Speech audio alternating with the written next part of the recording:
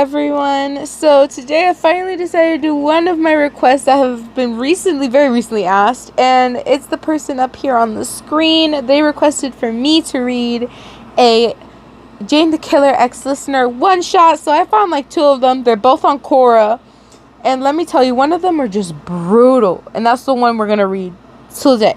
I might read the other one if I truly feel like it. We'll see along as we read. This will be incredibly brutal, and it'll involve some things. Don't worry, I will mention warnings and everything. Yeah, it's gonna get really bad. So here's the warning. I'm gonna read it physically for y'all. So trigger warning: abuse, gore, domestic violence, and if you are sensitive to any of these topics, you probably shouldn't watch this video at all. You probably shouldn't. That's y'all warning. Also, by the way, I will try and link all the stories that I read or one-shots that I read in this video, because since they're all on Quora, it works a little bit. I'll get it. Don't worry. I've done it before. I can do it once again. Anyway, this is gonna be a little hard for me to read, so if you hear me skipping certain parts or anything, please understand that they might be really bad. It's the point where I'm not comfortable reading too much into, but I might give you like a simple summary of what happened in that little area. Anyway, let's get straight into it. Jane was furious. The sound of her black combat boots making heavy contact with the dark wood floors echoed the room. With each slow and deliberate step, the object of Jane's rage stood quivering in the corner of the dimly lit room. Sweat beaded across the girl's forehead, and her pupils dilated with fear. She squeezed her eyes shut, trying to block everything out. Then it all went quiet. She kept her eyes closed for a few more seconds. She slowly opened her eyes, only to widen them at the sight of dark green ones, black tinting over them like a veil, glaring down into her own eyes. YN? Jane's raspy voice sang out, though YN could hear the anger laced in her tone. The sound made the terrified girl flinch back violently. If only she'd been more careful. She wouldn't be in this situation. How could she have guessed the mask would crack? She didn't think she was applying that much pressure. But that didn't matter now. All that mattered was calming Jane down before things got too out of hand. After a few seconds of not receiving an answer, Jane grew impatient. YN? She growled out, her blackened, chapped lips curling into a vicious snarl as she towered over the girl. Yes, Jamie Bear? YN stammered nervously, twiddling her fingers and trying to avoid eye contact. That didn't exactly work in her favor. Scarred hands roughly grabbed YN's cheeks. Black claw-like nails dug into the sensitive flesh, almost drawing out blood as they forced her to look up at her enraged lover. She let out a shuddered breath and tried to slow her racing heart. YN, I've been very lenient with you lately, but I think you need a little discipline. Jane stated, deathly calm. Though simple, the words shook YN to the core. More desperate sob left her parted lips, and Jane let out a cruel smirk slip onto her face. Jane removed her hands from the shorter girl's face, moving her vice-like grip instead to YN's shaking wrist. Without so much as a warning, Jane roughly tugged the girl over to a large metal door that led to the basement, the Red Room. The basement is where Jane keeps all her weapons. While Jane isn't one for torture, the punishment she gave to YN could get very bloody. Hence the name. For the first time since the last time she was taken to the Red Room, which was about almost 6 months ago, she began to struggle in Jane's hold. But Jane, please, I'm sorry, I won't do it again. The terrified girl cried out. Jane said nothing, only opening the door and pulling the girl down the stairs. Once they'd reached down to the bottom, YN jumped at the feeling of the cold concrete floor against her sock-clad feet. Her arms wrapped around herself to try and prevent the frosty air from seeping through her favorite sweater. She was tossed carelessly on a hard wooden chair in the center of the room, and her arms and legs were strapped down with thick leather buckles. YN didn't bother struggling anymore, and her cries had died into sniffling and the occasional whimper. Jane walked over to a wall behind the defeated girl and grabbed a small, sharp knife, examining it. She pressed her index finger to the tip gently, watching the crimson blood excuse me, that trailed down her hand and dropped onto the floor. The sound made Wyan tense and shut her eyes tightly. Wyan stalked up behind her silently. After a few moments, she saw Wyan relax ever so slightly. She smiled sadistically before swiftly pressing the knife to the girl's already scarred thigh. She put the smallest bit of pressure on the spot and slowly dragged it diagonally, stopping after getting a few inches from her first point. She watched the blood soak through the gray fabric of Wyan's leggings. This was a process that was repeated several times until there wasn't a single inch of her upper mid-thigh that didn't have a cut. There was some short and deep, while others were long and shallow. The main reason none of Wyan's scars ever disappeared is because because Jane always reopens them. By this point, the girl in question was halfway unconscious from blood loss. Luckily for her, Jane seemed satisfied with her punishment. And then, now Gore's is over. The two women were now laying in their shared bed. Wyan's thighs now healed over enough to no longer need bandages. Jane was stationed between the limbs, lips tracing over every scar gently. Our resident bottom was currently gripping the black sheets with a red face. She was mostly quiet, though every once in a while she would let out a sigh or a gasp. Wyan, you can't give me the silent treatment forever. Jane smiled, nuzzling her face against the girl's thighs. Jane smiled, nuzzling her face against the girl's thighs. Jane suddenly let her tongue trail up the girl's thighs in whatever word by a nip here and there. That seemed to do it as Wyan jumped and tackled Jane in a hug, burying her face into the taller girl's chest.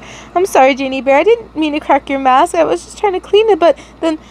Her explanation was cut off by a sniffle before she was pulled back to Jane's chest. Poor baby girl. I shouldn't have been so mean, but you understand why I had to punish you, right? She said sweetly, feeling the other girl nod and hug her tighter. Okay, so, if anyone, treats you like this, y'all, please, call 911. Don't be with this person, alright? It's not worth it. It really isn't. It really isn't worth it being with these type of people. It was pretty brutal, as you can see. It's not as brutal. Luckily, I was able to read through the whole thing, thankfully. But I'm serious. If y'all are ever in a relationship like this, please get out of it as soon as possible, ASAP. Cause trust me, no, absolutely not, girl. I swear, one day, whenever Jane would be falling asleep, I would cut her heart open. I'd be like, "How does that feel, huh? How does that feel? Now you're gonna have a real permanent scar there, huh?" I would literally stab this bitch. I'm gonna kill this bitch. I'm gonna kill this bitch. My brain. But I'm guessing our character has either one, been manipulated, or two, she's probably been so scared to the point where she'd rather do anything to appease Jane. So, or both. It can literally be both. And it's incredibly sad, but it does happen in some sad relationships.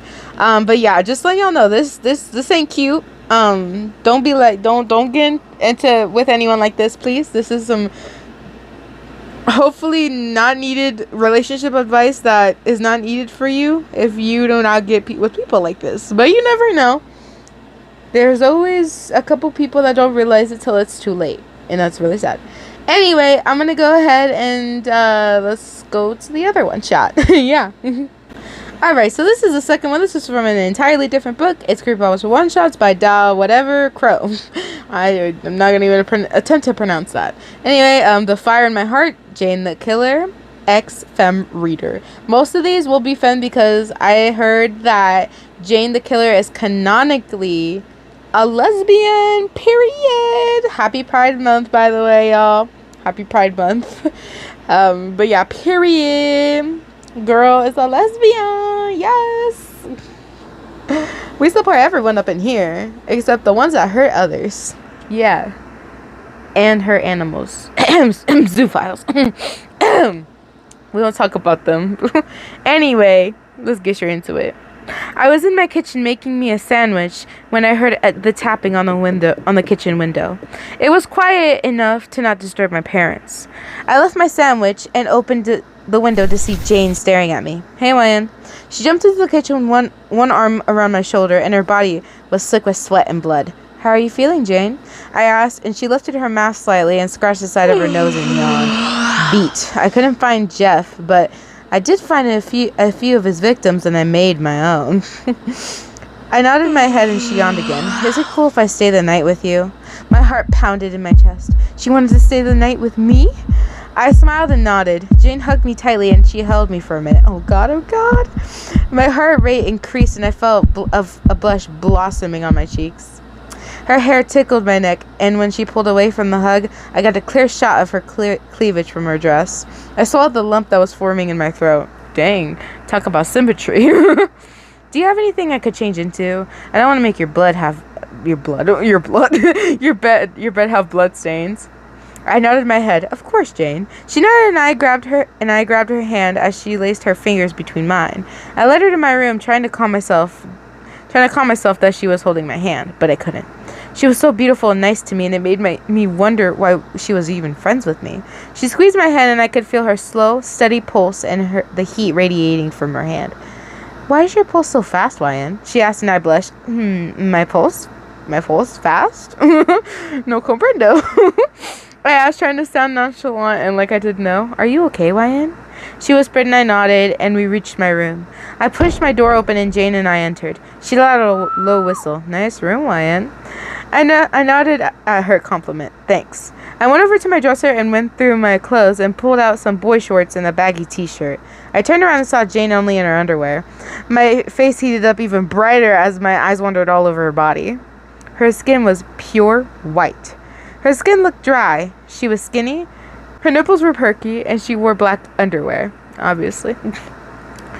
Jane moved some of her long, black, wavy hair, and it fell over her shoulder and onto her left breast. Well, how specific. Here's some clothes, I muttered, and she nodded and took them from my hand. She pulled the baggy shirt over her head and didn't put on the shorts. I don't need these, she whispered, and I nodded my head and took them from her grasp. I placed them onto my dresser and to see Jane now laying on my bed, her legs outstretched, her head facing me, her arms underneath her head. I smiled at her and walked over to my bed. I'll take the floor, I whispered awkwardly when I suddenly felt Jane's arms wrap around my waist and she pulled me on top of her. No need for that, YN. You and I can sleep by each other. Oh my goodness, this girl is about to simp to death. I rolled over and looked at her mask. Slowly, I brought my hand up to her mask and removed it. Ryan, what the hell? Give me my mask back. She growled, and I shook my head. Her face was beautiful and was nearly just like her mask, minus the black lips, black eyes, and makeup. Why do you wear this mask? You're beautiful. She laughed and shook her head. She rolled over to where she was on top of me. I do it to show Jeff he didn't ruin me, and that I'm still beautiful. I shook my head. You're beautiful without the dumb mask. Jane, the mask also shows Jeff you don't like your true face. Now I just see what she did there. Oh my goodness, I'm slow. She laced her left hands with fingers with mine. Oh my goodness. While her right hand was still trying to get the mask. Jane? I whispered, and her eyes locked with mine, and they were a dark blue to the point they looked black. I brought my head up slowly, and I guess Jane understood what I was doing, and she tilted her head to the side and lowered her head so that our lips met. Our lips moved in sync, and the mask was forgetty-goey. Forgotten. Her right hand moved to my shoulder and moved lower to my breast. She squeezed, and I groaned against her lips as I wondered if this was a dream, and if it was, I hoped I would never wake up. She sat up, and I was disappointed that she pulled away from the kiss, but then I saw that she was taking the shirt off. She threw the shirt across the room and went back to kissing me. I flipped us around so that I was on top and my hands were wandering her body while her hands did the same to mine. And then time skip. Yo, it wasn't on my part. It was the author. Y'all go fight with the author, not me. No, don't fight with the author, actually. Stop. Stop it. Anyway. I woke up laying next to Jane. The sun was peeking in through the curtains. I could hear Jane's soft snores. I slowly brought my hand to her face and kissed her soft lips. Her eyes fluttered open and she kissed me back. After a moment of kissing, we stopped. Morning. She smiled at me and my face heated up slightly. You look cute when you blush, YN. I like it. I smiled. And you look adorable in my bed. Her smile stretched and she got on top of me and kissed me again. How about I never leave then? She mumbled and I smiled against her lips. I pulled back. Then don't. We kissed again, and I bit her lower lip. That caused her to groan. I'm not leaving you again today, YN. She mumbled, and I felt pride in that. Okay, so as y'all can tell, we got a little bit of spiciness up in here. And I'm kind of happy, you know. Both of these, like, y'all can tell, like, which one is, you know. So, I don't think I've ever read a proper, like, Jane the Killer Femme listener at all, because I never really thought about it. I've only like heard from a lot of people that were whenever creepypasta was really popular back in like 2019 I don't know, it was like a long time ago, but obviously creepypasta is still popular, just not as much as it was before. But we love creepypasta. I've been in creepypasta since God knows when. God knows when. I don't even want to mention it, but yeah, creepypasta has been a big part of my life. So that's FNAF and some other games as well. You know, it's just what it is. Also, anyway, thank you to the person who requested these this type of one shot, because I actually never considered these type of one shots before where it involves Jane the Killer at all. So thank you for requesting this. This is a pretty interesting request. Hopefully I get more interesting requests on the way. By the way, if you guys have any more requests or anything like that, let me know in the comments down below, because I'll take them, I promise. It'll just take a bit of time, because your girl gotta, you know, choo the train up there, you know what I'm saying? If that even makes any ounce of sense. Anywho, not getting too far behind. I do hope you guys enjoyed this, though. Like, subscribe, and hit the notification bell for more amazing videos, guys. And honestly, if y'all want me to read a Jane the Killer ex-femme listener, y'all let me know in the comments down below as well, because I will have to definitely look for one, though. But if you guys have some good ones, don't be afraid to drop them. Come on. Set a girl up, girlfriends. Set a girl up. Come on. Without further more interruptions or me not bragging, like nagging and everything. Blah. Your girl's gotta go. Bye and peace.